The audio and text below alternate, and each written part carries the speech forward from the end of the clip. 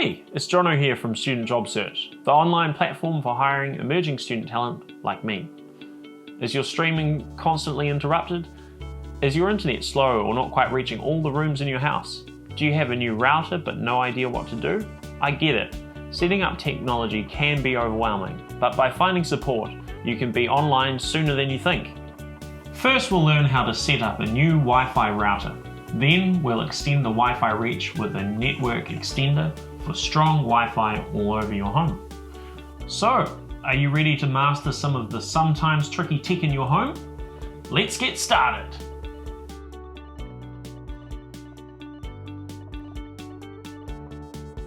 If you get internet for the first time, move house, change your internet provider or upgrade your connection, you'll have to set up a router to make the Wi-Fi work in your home. These devices may look intimidating, but in a few simple steps you'll be online in no time. To set up the router, we need an active internet connection and a computer with any browser. So inside the box we have the router, the power cable, and a series of varying cables, the different cables for different types of broadband connection. Emma has a fibre connection at her home, so we're going to use the Ethernet cable. It's the one with 8 little pins. If you have an ADSL or a VDSL connection, you'll need to use a different cable. Where we put this can affect the strength of the Wi-Fi signal, so placement is key. When setting up a router, choose a place that is high up. Keep in mind that dense objects like walls, furniture or hot water cylinders can mess with the Wi-Fi performance. Here's good. With the router in place, we are ready to access the fibre connection through this Ethernet cable. Plug one end of the Ethernet cable into the WAN port on the router, and plug the other end of the cable into the GE1 port of the TP, or termination point. Now it's time to power it up. Using the power supply cable, plug into the power port on the router. Make sure it's plugged into the wall. You may need to wait a few seconds for all the lights to start flashing and all the connections to be established. The green lights on the front of the router mean that we have power. The power light and the Wi-Fi light should be green and steady. The internet light, WLAN light and LAN light should all be green, but they might be blinking. Once the router is plugged in and lit up, we move to the computer and connect to the router's Wi-Fi. For the next step, we need to know your new router's SSID key and home hub URL. Look at the router to find these details. The SSID is just a techie way of saying network name.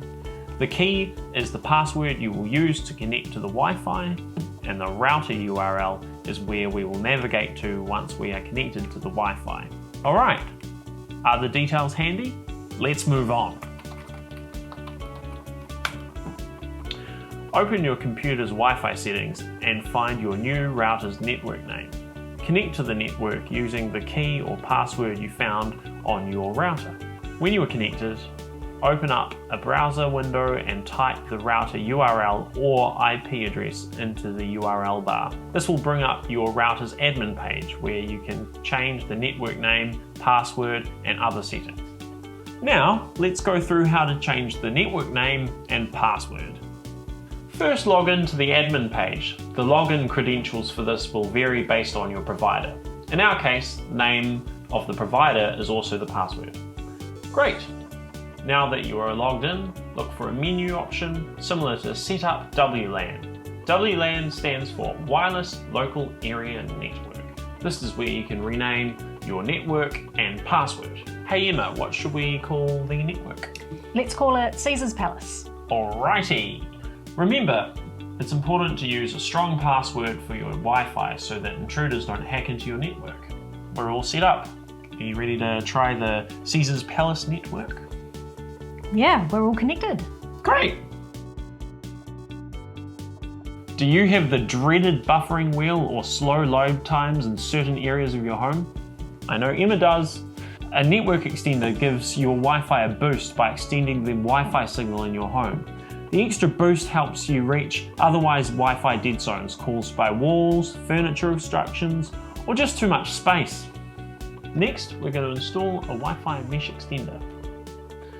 A mesh extender is better than a regular extender as it lets you access your internet from anywhere in your home without having to jump to a new network. The box contains the Wi-Fi extender, which has a plug on the back of it so we can plug it directly into the power outlet. Plug the mesh extender directly into a wall outlet between your Wi-Fi router and the area you wish to extend a stronger signal to. In this case, we'll just use this.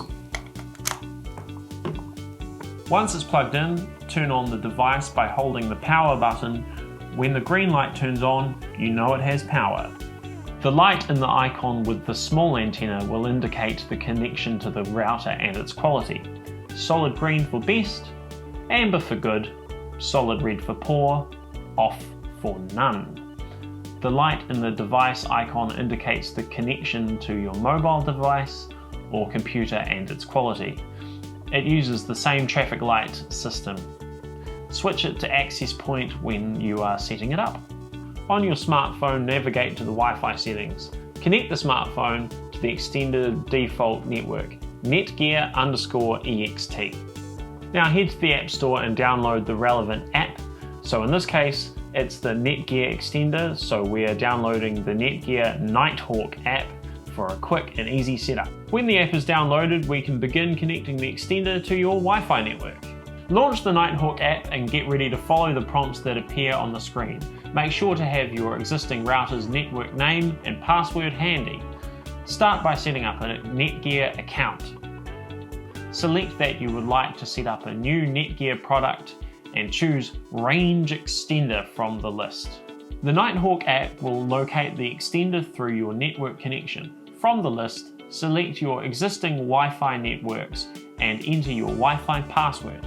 The app will take a few moments to configure the network and connect to your Wi-Fi. Once you're connected, it's time to set up the admin credentials. Switch it to Extender. That's it, we're up and running.